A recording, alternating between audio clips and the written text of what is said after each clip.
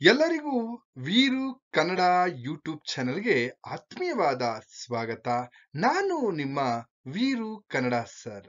ಇವತ್ತಿನ ತರಗತಿಯಲ್ಲಿ ದರಾ ಬೇಂದ್ರೆ ಅವರು ಬರೆದಿರ್ತಕ್ಕಂತಹ ಕುರುಡು ಕಾಂಚನ ಅನ್ನುವಂತಹ ಕವಿತೆಯ ಬಗ್ಗೆ ನಾನು ಚರ್ಚೆಯನ್ನ ಮಾಡ್ತಾ ಇದ್ದೇನೆ.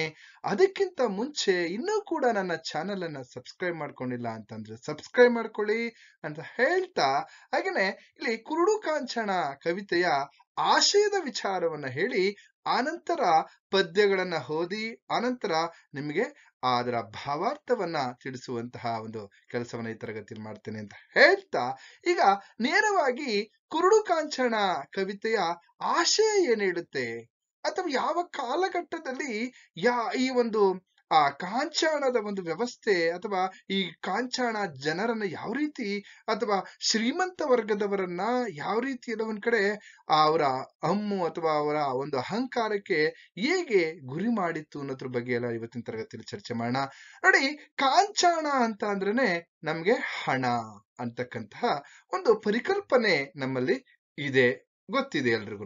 ಹಾಗೇನೆ ಈ ಸಮಾಜದಲ್ಲಿ ಹಣಕ್ಕೆ ನೀಡಲಾಗ್ತಿರ್ತಕ್ಕಂತಹ ಮಹತ್ವವನ್ನ ಮತ್ತು ಮನುಷ್ಯನ ಧನದಾಹ, ಕ್ರೌರ್ಯವನ್ನ ಇಲ್ಲಿ ಈ ಒಂದು ಕವಿತೆ ಚಿತ್ರಿಸುತ್ತೆ ಅಂತಕ್ಕಂಥ ನಾವು ಗಮನಿಸ್ತಾ ಹೋಗ್ಬೋದು. ಯಾಕೆಂದ್ರೆ ಸಮಾಜದಲ್ಲಿ ಹಣಕ್ಕೆ ಇರ್ತಕ್ಕಂತಹ ಮೌಲ್ಯ ಎಲ್ಲೋ ಒಂದ್ ಕಡೆ ಮಾನವೀಯತೆಗೆ ಇಲ್ಲ ಅಂತಕ್ಕಂಥದ್ದನ್ನ ನಾವು ಗಮನಿಸ್ತಾ ಹೋಗ್ಬೋದು. ಹಾಗೇನೆ ಕಾಂಚನದ ಒಂದು ಕ್ರೌರ್ಯವನ್ನ ಮೂರ್ತೀಕರಿಸುವಂತಹ ಒಂದು ಕವಿತೆ ಇಲ್ಲಿ ಕುರುಡು ಕಾಂಚನ ಕವಿತೆ ಅಂತಕ್ಕಂಥ ನಾವು ಗಮನಿಸ್ತಾ ಹೋಗ್ಬೋದು. ಈ ಕವಿತೆಯನ್ನ ಬೇಂದ್ರೆಯವರ ನಾದಲೀಲೆ ಎಂಬ ಕವನ ಸಂಕಲನದಿಂದ ಆರಿಸಲಾಗಿದೆ ಅಂತಕ್ಕಂಥದ್ದನ್ನ ಹೇಳ್ತಾ, ಹಾಗೇನೆ ಸಮಾಜದ ಸಂಪತ್ತಿನ ಹಂಚಿಕೆಯಲ್ಲಿ ಅಸಮಾನತೆ ಇದೆ ಅನ್ನೋದನ್ನ ಕವಿತೆ ತಿಳಿಸ್ತಾ ಹೋಗುತ್ತೆ. ಹಾಗೇನೆ ಅಸಮಾನತೆ ಎಂಬುದು ಇನ್ನು ಒಂದ್ ಕಡೆ ಸಾಂಪ್ರದಾಯಿಕ ನಂಬಿಕೆಗಳ ಮೇಲೆ ಪರಿಣಾಮ ಬೀರ್ತಾ ಇದೆ. ಹಾಗೇನೆ ದೈವ ಭಕ್ತಿ ಆವೇಶದಲ್ಲಿ ಕಂಡ್ರು ಕೂಡ ಕಾಣದಂತೆ ಇದೆ ಅಂತಕ್ಕಂಥದ್ದು. ದೇವರ ಬಗ್ಗೆ ಯಾವುದೇ ಇಲ್ಲಿ ನಂಬಿಕೆ ಇಲ್ಲದಲ್ಲ, ಒಂದ್ ರೀತಿಯಲ್ಲಿ ಅಸಮಾನತೆ ಇದೆ ಅಂತಕ್ಕಂಥದ್ದು. ಇದನ್ನೇ ಬಂಡವಾಳ ಮಾಡ್ಕೊಂಡಿರ್ತಕ್ಕಂತಹ ಬಂಡವಾಳಶಾಹಿಗಳು ಅಥವಾ ಶ್ರೀಮಂತ ವರ್ಗ ದೇವರ ಕುಣಿತದ ಹೆಸರಿನಲ್ಲಿ ತಮ್ಮ ಹಣದ ವ್ಯಾಮೋಹಕ್ಕಾಗಿ ಬಡವರ ಅಸಹಾಯಕತೆಯನ್ನ ಬಳಸಿಕೊಳ್ಳುವಂತಹ ಪರಿಯನ್ನ ಈ ಕವಿತೆ ತಿಳಿಸುತ್ತೆ ಅಂತಕ್ಕಂಥದ್ದು. ಅದಾದ್ಮೇಲೆ ಈ ಕವಿತೆ 1938ರಲ್ಲಿ ರಚನೆಯಾದಂತಹ ಸಂದರ್ಭದಲ್ಲಿ ಆ ಕಾಲಘಟ್ಟದಲ್ಲಿ ಇದ್ದಂತಹ ಬ್ರಿಟಿಷ್ ಸರ್ಕಾರದ ಒಂದು ಶೋಷಣೆಯ ನೀತಿ ಇರ್ಬೋದು, ಹಾಗೇನೆ ಭಾರತೀಯರ ಸಮಸ್ಯೆ, ಆಗಿನ ಕಾಲಘಟ್ಟದಲ್ಲಿ ಭಾರತೀಯರು ಸಮಸ್ಯೆಯನ್ನ ಎದುರಿಸ್ತಾ ಇರ್ತಕ್ಕಂಥದ್ದು, ಬ್ರಿಟಿಷರು ಭಾರತೀಯರನ್ನ ಶೋಷಣೆ ಮಾಡ್ತಾ ಇರ್ತಕ್ಕಂತಹ ಕಾಲ. ಹಾಗೇನೆ ಇನ್ನೊಂದ್ ಕಡೆ ಸಾಮಾನ್ಯ ಜನರು ಆಗಿನ ಕಾಲದಲ್ಲಿ ಒಂದು ತುತ್ತು ಅನ್ನಕ್ಕೂ ಕೂಡ ಪರದಾಡುವಂತಹ ಒಂದು ಸಂದರ್ಭ. ಹಾಗೆ ಮಾನವೀಯತೆಗೆ ಬೆಲೆ ಇಲ್ಲದ ಕಾಲ, ಮನುಷ್ಯರನ್ನೇ ತಿನ್ನುವಂತಹ ಒಂದು ನರಭಕ್ಷಕರ ಒಂದು ಪರಿಸ್ಥಿತಿ ಇಲ್ಲಿ ಆಗಿನ ಕಾಲಘಟ್ಟದಲ್ಲಿ ನಿರ್ಮಾಣ ಆಗಿರ್ತಕ್ಕಂಥದ್ದು. ಯಾಕೆಂದ್ರೆ ಕಾಂಚಾಣ ಅಂದಿನ ಕಾಲಘಟ್ಟದಿಂದಲೂ ಕೂಡ ಇವತ್ತಿನವರೆಗೂ ನಾವು ಗಮನಿಸ್ತಾ ಹೋಗ್ಬೋದು. ಭೂತ ಮತ್ತೆ ವರ್ತಮಾನಗಳಲ್ಲಿ ಎರಡನ್ನೂ ನಾವು ಇಲ್ಲಿ ಈ ಒಂದು ಕವಿತೆಯಲ್ಲಿ ನಾವು ಗಮನಿಸ್ತಾ ಹೋಗ್ಬೋದು. ಕಾಂಚನದಲ್ಲಿ ಅವತ್ತೂ ಕೂಡ ಹಣಕ್ಕಾಗಿ ಮನುಷ್ಯ ಯಾವ ರೀತಿ ಬಡವರನ್ನ ಶೋಷಣೆ ಮಾಡ್ತಾ ಇದ್ದ, ಹಾಗೆ ಈಗ ಇವತ್ತಿನ ಕಾಲಘಟ್ಟದಲ್ಲೂ ಕೂಡ ವಾಸ್ತವದಲ್ಲೂ ಇಲ್ಲಿ ಭೂತ ಮತ್ತು ವರ್ತಮಾನ ಎರಡರ ಕಾಲಘಟ್ಟದಲ್ಲಿಯೂ ಕೂಡ ಈ ಒಂದು ಕವಿತೆ ಇಲ್ಲಿ ತುಂಬಾ ಪರಿಣಾಮವನ್ನ ಬೀರ್ತದೆ ಅಂತಕ್ಕಂಥ ನಾವಿಲ್ಲಿ ಗಮನಿಸ್ತಾ ಹೋಗ್ಬೋದು. ನೋಡಿ, ಈಗ ನೇರವಾಗಿ ನಾವು ಪರೀಕ್ಷೆಯಲ್ಲಿ ಬರಿಬೇಕಾದ್ರೆ ಈ ಆಶಯವನ್ನ ಸ್ವಲ್ಪ ನೀವು ಓದ್ಕೊಂಡು ಬರೆದ್ರೆ ಆಯ್ತು, ಅಥವಾ ಕೇಳಿರ್ತಕ್ಕಂಥ ವಿಚಾರವನ್ನ ಬರೆದ್ರೆ ಆಯ್ತು. ನೋಡಿ, ಈಗ ಪದ್ಯವನ್ನ ಓದ್ತಾ ಅದರ ಇಲ್ಲೆಲ್ಲ ಒಂದ್ ಕಡೆ ಭಾವಾರ್ಥವನ್ನ ನಾವು ತಿಳಿತಾ ಹೋಗೋಣ. ನೋಡಿ, ಕುರುಡು ಕಾಂಚನ ಕುಣಿಯುತ್ತಲಿತ್ತು, ಕಾಲಿಗೆ ಬಿದ್ದವರ ತುಳಿಯುತ್ತಲಿತ್ತು. ಕುರುಡು ಕಾಂಚನ ಕುಣಿಯುತ್ತಲಿತ್ತು, ಕಾಲಿಗೆ ಬಿದ್ದವರ ತುಳಿಯುತ್ತಲಿತ್ತು ಅಂತಕ್ಕಂಥದ್ದು. ನೋಡಿ, ಕುರುಡು ಕಾಂಚನ, ಈ ಹಣ ಅಂತಕ್ಕಂಥದ್ದೇ ಎಲ್ಲೋ ಒಂದ್ ಕಡೆ ಈ ಹಣಕ್ಕೆ ಇಲ್ಲಿ ಮನುಷ್ಯ ಏನ್ ಮಾಡ್ತಾ ಇದ್ದಾನಪ್ಪ ಅಂದ್ರೆ, ಹಣದ ವ್ಯಾಮೋಹ ಅವನಲ್ಲಿ ತುಂಬಿಕೊಂಡಂತ ಸಂದರ್ಭದಲ್ಲಿ ಎಲ್ಲೋ ಒಂದ್ ಕಡೆ ಯಾವ ರೀತಿ ಅವನನ್ನ ಇಲ್ಲಿ ಆಟ ಆಡಿಸ್ತಾ ಇತ್ತು ಅಂತಕ್ಕಂಥದ್ದು ನಾವು ಗಮನಿಸ್ತಾ ಹೋಗ್ಬೋದು. ಈ ಕಾಂಚನ ಕುಣಿತಾ ಇದೆ. ಹಾಗೇನೆ ಯಾವ ರೀತಿ ಎಷ್ಟರ ಮಟ್ಟಿಗೆ ತನ್ನ ದರ್ಪವನ್ನ ತೋರಿಸ್ತಾ ಇದೆ ಅಂತ ನೋಡೋದಾದ್ರೆ ನೋಡಿ, ಬಾಣತಿ ಎಲುಬ ಸಾಬಾಣದ ಬಿಳುಪಿನ ಕಾಣಾದ ಕಿರುಗೆಜ್ಜೆ ಕಾಲಾಗ ಇತ್ತು. ಇಲ್ಲಿ ಮತ್ತೆ ನೋಡಿ, ಬಾಣತಿ ಎಲುಬಿನ ಸಾಬಾನ ಬಿಳುಪನ ಇಲ್ಲ ಒಂದ್ ಕಡೆ ಕಾಣದ ಕಿರುಗೆಜ್ಜೆ ಕಾಲಾಗ ಇತ್ತು. ಸಣ್ಣ ಕಂದಂಗಳ ಕಣ್ಣಿನ ಕವಡಿಯ ತಣ್ಣಾನೆ ಜೋಮಾಲೆ ಕೊರಳೊಳಗಿತ್ತು ಅಂತಕ್ಕಂತಹ ಈ ಸಾಲುಗಳನ್ನು ನಾವು ಗಮನಿಸಿದಂತ ಸಂದರ್ಭದಲ್ಲಿ ನೋಡಿ, ಈ ಹಣದ ದಾಹ ಅಂತಕ್ಕಂಥದ್ದು ಇಲ್ಲಿ ಆ ವ್ಯಕ್ತಿಗಳಲ್ಲಿ ಅಥವಾ ಶ್ರೀಮಂತ ವರ್ಗದವರಲ್ಲಿ ಅಥವಾ ತಮ್ಮ ಕಾಲಿಗೆ ಬಿದ್ದವರನ್ನ ಯಾವ ರೀತಿ ತುಳಿತಾ ಇದ್ರು ಅಂತಕ್ಕಂಥದ್ದು, ಯಾವ ರೀತಿ ಶೋಷಕರು ಯಾವ ರೀತಿ ಶೋಷಣೆಯನ್ನ ಮಾಡ್ತಾ ಇದ್ರು, ಬಡವರ ಮೇಲಾಗಿರ್ಬೋದು, ದಲಿತರ ಮೇಲಾಗಿರ್ಬೋದು, ಯಾವ ರೀತಿ ಶೋಷಣೆಯನ್ನ ಮಾಡ್ತಾ ಇದ್ರು ಅಂತಕ್ಕಂಥದ್ದು ನಾವು ಗಮನಿಸ್ತಾ ಹೋಗ್ಬೋದು.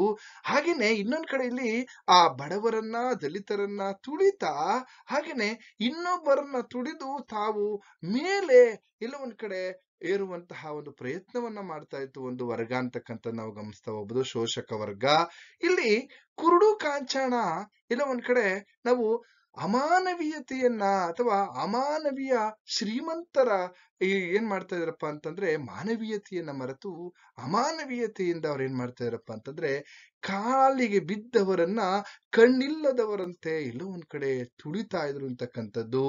ಹಾಗೇನೆ ಕಣ್ಣಿಲ್ಲದಂತಹ ಕಾಂಚನವು ಕೂಡ ಇಲ್ಲಿ ಹಣವು ಕೂಡ ಏನ್ ಮಾಡ್ತಾರೆ, ಯಾಕೆಂದ್ರೆ ಶ್ರೀಮಂತರು ಹಣದ ವ್ಯಾಮೋಹದಿಂದ ಇಲ್ಲಿ ಕುಣಿತಾ ಇದ್ರು ಮತ್ತೆ ಬಡವರನ್ನ ಶೋಷಣೆ ಮಾಡ್ತಾ ಇದ್ರು ಅಂತಕ್ಕಂಥದ್ದು ನಾವು ಗಮನಿಸ್ತಾ ಹೋಗ್ಬೋದು.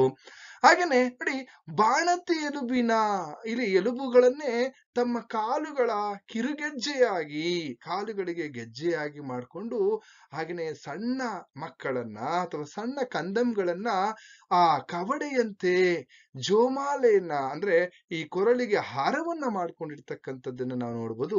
ಒಂದ್ ರೀತಿಯಲ್ಲಿ ಶ್ರೀಮಂತರ ವರ್ಗ ಅಂತಕ್ಕಂಥ ನಾವು ಗಮನಿಸ್ತಾ ಹೋಗ್ಬೋದಿಲ್ಲಿ.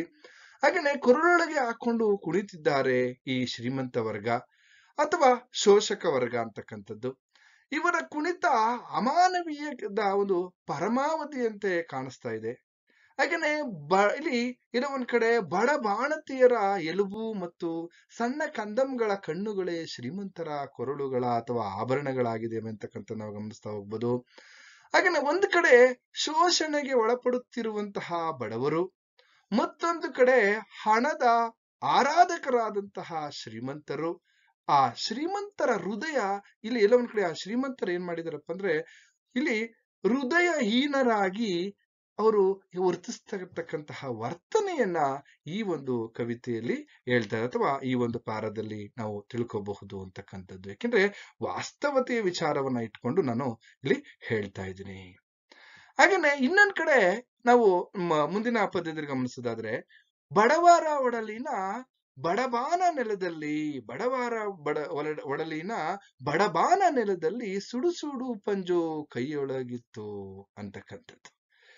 ಕಂಬನಿ ಕುಡಿಯುವ ಉಂಬಾಬಾಯಲೆ ಮೈ ದುಂಬಿ ದಂತೋ ಉದೋ ಉದೋ ಎನ್ನುವ ಇಲ್ಲಿ ಎಲ್ಲ ಒಂದ್ ಕಡೆ ಕುರುಡು ಕಾಂಚಾಣ ಕುಣಿಯುತ್ತಲಿತ್ತು ಅಂತಕ್ಕಂಥದ್ದು ನಾವು ಗಮನಿಸೋದಾದ್ರೆ, ಇಲ್ಲಿ ಶೋಷಕರಾದಂತಹ ಶ್ರೀಮಂತರ ವರ್ಗ ಬಡವರ ಒಡಲಿನ ಹಸಿವನ್ನ ಎಲ್ಲ ಒಂದ್ ಕಡೆ ಹಸಿವೆಂಬ ಬೆಂಕಿಯನ್ನ ಪಂಜಾಗಿ ಮಾಡ್ಕೊಂಡಿದ್ರು ಅಂತಕ್ಕಂಥದ್ದು. ಯಾಕೆಂದ್ರೆ ಈ ಬಡವರ ಅಸಹಾಯಕತೆಯನ್ನೇ ಇವರು ಬಂಡವಾಳವನ್ನ ಮಾಡ್ಕೊಂಡಿದ್ರು ಅಂತಕ್ಕಂಥ ನಾವು ಗಮನಿಸ್ತಾ ಹೋಗ್ಬೋದು. ಹಾಗೇನೆ ಅಥವಾ ಅವರ ಹಸಿವನ್ನ ಬಂಡವಾಳ ಮಾಡ್ಕೊಂಡಿದ್ರು ತಮ್ಮ ಕೈಯಲ್ಲಿ ಇಟ್ಕೊಂಡು. ಆದ್ರೆ ಇಡೀ ಈ ಸಂದರ್ಭದಲ್ಲಿ ಹೊಟ್ಟೆಗೆ ಅನ್ನವಿಲ್ಲದೆ ತಮ್ಮ ಕಣ್ಣೀರನ್ನೇ ಕುಡಿದು ಬದುಕುವಂತಹ ಪರಿಸ್ಥಿತಿ ನಿರ್ಮಾಣವಾಗಿತ್ತು ಬಡವರದು ಅಂತಕ್ಕಂಥದ್ದು. ಬಡವರನ್ನ ಶೋಷಣೆ ಮಾಡುತ್ತಿರುವಂತಹ ಶ್ರೀಮಂತ ವರ್ಗ ಹಾಗೇನೆ ಉದೋ ಉದೋ ಎಂದು ಘೋಷಣೆಯನ್ನ ಕೂಗ್ತಾ ಇಲ್ಲಿ ಬಡವರ ಅಸಹಾಯಕತೆಯನ್ನ ಈ ಸಾಲುಗಳಲ್ಲಿ ನಾವು ಗಮನಿಸ್ತಾ ಹೋಗ್ಬೋದು ಅಂತಕ್ಕಂಥದ್ದು. ಎಷ್ಟರ ಮಟ್ಟಿಗೆ ಬಡವರನ್ನ ಅಸಹಾಯಕರನ್ನಾಗಿ ಮಾಡ್ತಾ ಇತ್ತು, ಅಥವಾ ಅವತ್ತಿನ ಕಾಲಘಟ್ಟದಲ್ಲಿ ಇದ್ದಂತಹ ಬ್ರಿಟಿಷ್ ಸರ್ಕಾರ ಭಾರತೀಯರನ್ನ ಯಾವ ರೀತಿ ಶೋಷಣೆಯನ್ನ ಮಾಡ್ತಾ ಇತ್ತು, ಎರಡೂ ವಿಚಾರಗಳನ್ನ ನಾವಿಲ್ಲಿ ಗಮನಿಸ್ತಾ ಹೋಗ್ಬೋದು. ನೋಡಿ, ಕಾಂಚನ ಅಂತಕ್ಕಂಥದ್ದು ದುಡ್ಡು ವ್ಯಕ್ತಿಯನ್ನ ಏನ್ ಬೇಕಾದ್ರೂ ಮಾಡಿಸುತ್ತೆ ಅನ್ನೋದನ್ನ ನಾವು ಇಲ್ಲಿ ಗಮನಿಸ್ತಾ ಹೋಗ್ಬೋದು. ನೋಡಿ, ಕೂಲಿ ಕುಂಬಳಿಯವರ ಪಾಲಿನ ಮೈದೊಗಲ ಧೂಳಿಯ ಭಂಡಾರ ಹಣೆಯೊಳಗಿತ್ತು ಅಂತಕ್ಕಂತಹ ಸಾಲುಗಳು. ಹಾಗೇನೆ ಇಲ್ಲಿ ನೋಡಿ, ಇನ್ನೊಂದ್ ಕಡೆ ನಾವು ಗಮನಿಸೋದಾದ್ರೆ, ಗುಡಿಯೊಳಗೆ ಗಣಗಾಣ, ಮಹಡಿಯೊಳಗೆ ತನನಾನ, ಅಂಗಡಿಯೊಳಗೆ ಜಣಜಾಣ. ಇಲ್ಲಿ ನುಡಿಗೊಡುತ್ತಿತ್ತು ಅನ್ನುವಂತಹ ಸಾಲುಗಳನ್ನ ನಾವು ನೋಡೋದಾದ್ರೆ, ಹಾಗೇನೆ ಇನ್ನೊಂದ್ ಕಡೆ ಈ ಒಂದ್ ರೀತಿಯಲ್ಲಿ ಮಂಗಾಟದ ರೀತಿಯಲ್ಲಿ ನೋಡಿ, ಅಂಗಾರ ಕುಣಿದು ಮಂಗಾಟ ನಡೆದಾಗ ಅಂಗಾತ ಬಿತ್ತು ಎಗಲಲ್ಲಿ ಎತ್ತು ಕುರುಡು ಕಾಂಚಣ ಅನ್ನುವಂತಹ ಸಾಲನ್ನು ನಾವು ಗಮನಿಸೋದಾದ್ರೆ, ಕೂಲಿ ನಾಲಿ ಮಾಡ್ಕೊಂಡು ಬದುಕನ್ನ ನಡೆಸ್ತಾ ಇರ್ತಕ್ಕಂತಹ ಬಡವರ ಮೈಯ ಚರ್ಮದ ಧೂಳನ್ನ ತಮ್ಮ ಹಣೆಗೆ ಎಲ್ಲೋ ಒಂದ್ ಕಡೆ ಭಂಡಾರವನ್ನಾಗಿ ಮಾಡ್ಕೊಂಡಿದ್ದಾರೆ, ತಿಲಕವನ್ನಾಗಿ ಇಟ್ಕೊಂಡಿದ್ದಾರೆ. ಇಲ್ಲಿ ಭಂಡಾರವಾಗಿ ಇಟ್ಕೊಂಡು ಅಸಮಾನತೆ ಎಂಬುದು ನೋಡಿ, ಇಲ್ಲಿ ಸಾಂಪ್ರದಾಯಿಕವಾದಂತಹ ಒಂದು ಗುಡಿ ದೈವ ಇದರ ಮೇಲೆ ಎಲ್ಲೋ ಒಂದ್ ಕಡೆ ನಂಬಿಕೆನೇ ಇಲ್ಲದ ಹಾಗೆ ಮಾಡ್ಬಿಟ್ಟಿದೆ ಈ ಒಂದು ಹಣದ ವ್ಯಾಮೋಹವನ್ನ ತುಂಬಿರ್ತಕ್ಕಂತಹ ವರ್ಗ ಅಂತಕ್ಕಂಥದ್ದನ್ನ ನಾವಿಲ್ಲಿ ಗಮನಿಸ್ತಾ ಹೋಗ್ಬೋದು. ನೋಡಿ, ಅಸಹಾಯಕತೆ ಎಂಬುದು ಎಲ್ಲಿವರೆಗೂ ಹೊರಟೋಗಿದೆಯಪ್ಪ ಅಂದ್ರೆ, ಸಾಂಪ್ರದಾಯಿಕ ನಂಬಿಕೆಗಳು ಮತ್ತು ದೈವದ ಭಕ್ತಿಯ ಆವೇಶದಲ್ಲಿ ಕಂಡ್ರು ಕೂಡ ಕಾಣದಂತೆ ಇದನ್ನೇ ಬಂಡವಾಳ ಮಾಡಿಕೊಳ್ಳುತ್ತಿರುವಂತಹ ಶ್ರೀಮಂತ ವರ್ಗದವರನ್ನು ನಾವು ಗಮನಿಸ್ತಾ ಹೋಗ್ಬೋದು. ನೋಡಿ, ಗುಡಿಯೊಳಗೆ ಗಣಗಾಣ, ಮಹಡಿಯೊಳಗೆ ತನನಾನ ಅಂತ. ನೋಡಿ, ಎಲ್ಲೋ ಒಂದ್ ಕಡೆ ಪುರೋಹಿತಶಾಹಿ ವರ್ಗನೂ ಕೂಡ ಹಣವನ್ನ ಮಾಡುವಂತಹ ಒಂದು ವ್ಯವಸ್ಥೆಯಲ್ಲಿತ್ತು ಅಂತಕ್ಕಂಥದ್ದು ನಾವು ಗಮನಿಸ್ತಾ ಹೋಗ್ಬೋದು. ಹಾಗೇನೆ ಈ ಹಣ ಅಂತಕ್ಕಂಥದ್ದು ಯಾರನ್ನೂ ಬಿಟ್ಟಿಲ್ಲ ಅನ್ನುವಂತಹದ್ದು. ಹಾಗೇನೆ ಇಲ್ಲಿ ಸಾಂಪ್ರದಾಯಿಕ ನಂಬಿಕೆಗಳ ಒಂದು ಅಸಮಾನತೆಯನ್ನು ನಾವಿಲ್ಲಿ ಗಮನಿಸ್ತಾ ಹೋಗ್ಬೋದು. ಹಾಗೇನೆ ದೈವದ ಅಥವಾ ದೇವರ ಕುಣಿತದ ಹೆಸರಿನಲ್ಲಿ ತಮ್ಮ ಹಣದ ವ್ಯಾಮೋಹಕ್ಕಾಗಿ ಬಡವರ ಅಸಹಾಯಕತೆಯನ್ನ ಬಳಸಿಕೊಳ್ಳುವ ಪರಿಯನ್ನ ನಾವಿಲ್ಲಿ ಗಮನಿಸ್ತಾ ಹೋಗ್ಬೋದು ಈ ಒಂದು ಕವಿತೆಯಲ್ಲಿ. ಹಾಗೇನೆ ಇನ್ನೊಂದ್ ಕಡೆ ಕುಣಿತದ ಸ್ವರೂಪದಲ್ಲಿ ಇಲ್ಲ ಒಂದ್ ಕಡೆ ಕುಣಿತದ ಸ್ವರೂಪವನ್ನ ಪಡ್ಕೊಂಡು ಆ ಕುಣಿತದ ಅಬ್ಬರದಲ್ಲಿ ಬಡವರ ನೋವಿನ ಚಿತ್ರಗಳು ಇಲ್ಲಿ ನಾವು ಕಾಣಿಸ್ತಾ ಹೋಗ್ತೇವೆ. ನೋಡಿ, ಆ ದೇವರ ಒಂದು ಕುಣಿತದ ದೃಶ್ಯದಲ್ಲಿ ಏನಪ್ಪಾ ಅಂತಂದ್ರೆ ಆ ಬಡವರ ನೋವಿನ ಚಿತ್ರಣ ಇಲ್ಲಿ ಕಾಣಿಸ್ತಾ ಇದೆ ಅಂತಕ್ಕಂಥದ್ದು. ಹಾಗೇನೆ ಇನ್ನೊಂದ್ ಕಡೆ ಬಡವರ ಆಕ್ರಂದನ ದನಿಗಳಿರ್ಬೋದು ಕೇಳಿ. ಹಾಗೇನೆ ಅಲ್ಲಿ ಏನಾಗ್ತಾ ಇದೆಯಪ್ಪ ಅಂತಂದ್ರೆ, ಒಂದು ರೀತಿಯಲ್ಲಿ ನಾವು ಯಾವ ರೀತಿ ಇಲ್ಲಿ ವೈಭವೀಕರಿಸ್ತಾ ಇದೀವಪ್ಪ ಅಂತಂದ್ರೆ, ಇಲ್ಲ ಒಂದ್ ಕಡೆ ಇಡೀ ಒಂದು ದೇವತೆಯಾಗಿ ಅಥವಾ ಕಾಂಚಾಣ ಅಂತಕ್ಕಂಥದ್ದು ಒಂದ್ ರೀತಿ ದೇವತೆಯ ಸ್ವರೂಪವನ್ನ ಪಡ್ಕೊಂಡು ಉಗ್ರ ನರ್ತನವನ್ನ ಮಾಡ್ತಾ ಇದೆ. ಬಡವರನ್ನ ಎಲ್ಲೋ ಒಂದ್ ಕಡೆ ಕಾಲಿಗೆ ಸಿಕ್ಕಿರ್ತಕ್ಕಂತಹ ಬಡವರನ್ನ ತುಳಿತಾ ಇದೆ ಅಂತಕ್ಕಂತಹದ್ದನ್ನ ಒಂದು ರೀತಿಯಲ್ಲಿ ನಾವು ಗಮನಿಸೋದಾದ್ರೆ, ಇಲ್ಲಿ ನಾವೇನ್ ಮಾಡ್ತಾ ಇದೀವಿ ಅಂದ್ರೆ, ಆ ಬಡವರ ಆಕ್ರಂದನದ ಧ್ವನಿಗಳು ಕೇಳಿಸಿದ್ರು ಕೂಡ ಕೇಳದಂತೆ, ನೋಡಿದ್ರೂ ಕೂಡ ನೋಡದಂತೆ ಕಣ್ಮರೆಯಾಗುತ್ತಿರುವಂತಹ ಪರಿಯನ್ನ ಬೇಂದ್ರೆಯವರು ಈ ಕುರುಡು ಕಾಂಚನ ನೋಡಿ, ಹಣದ ವ್ಯಾಮೋಹಕ್ಕೆ ಬಲಿಯಾಗಿರ್ತಕ್ಕಂತಹ ವರ್ಗ ಅಥವಾ ಶ್ರೀಮಂತ ವರ್ಗ ಹೇಗೆ ಬಡವರನ್ನ ಅಥವಾ ಇಲ್ಲಿ ಹಣದ ವ್ಯಾಮೋಹಕ್ಕೆ ಬಲಿಯಾಗಿರ್ತಕ್ಕಂತಹ ಶೋಷಕ ವರ್ಗ ಯಾವ ರೀತಿ ಬಡವರನ್ನ ಅಥವಾ ಶೋಷಿತ ವರ್ಗವನ್ನ ಎಷ್ಟರ ಮಟ್ಟಿಗೆ ಅವರ ಅಸಹಾಯಕತೆಯನ್ನ ತಮ್ಮ ಬಂಡವಾಳವನ್ನಾಗಿ ಮಾಡ್ಕೊಳ್ತಾ ಇತ್ತು ಅನ್ನೋದನ್ನ ಈ ಒಂದು ಕವಿತೆಯಲ್ಲಿ ನಾವು ಗಮನಿಸ್ತಾ ಹೋಗ್ಬೋದು. ಇದಿಷ್ಟು ಕುರುಡು ಕಾಂಚನ ಅನ್ನುವಂತಹ ಕವಿತೆಯ ಒಂದು ಆಶಯ ಅಂತಕ್ಕಂತಹ ವಿಚಾರವನ್ನ ತಿಳಿಸ್ತಾ ಇಲ್ಲಿಗೆ ನನ್ನ ತರಗತಿಯನ್ನ ಮುಗಿಸ್ತಾ ಇದ್ದೀನಿ. ನಿಮ್ಗೆಲ್ರಿಗೂ ಕೂಡ ಶುಭವಾಗ್ಲಿ.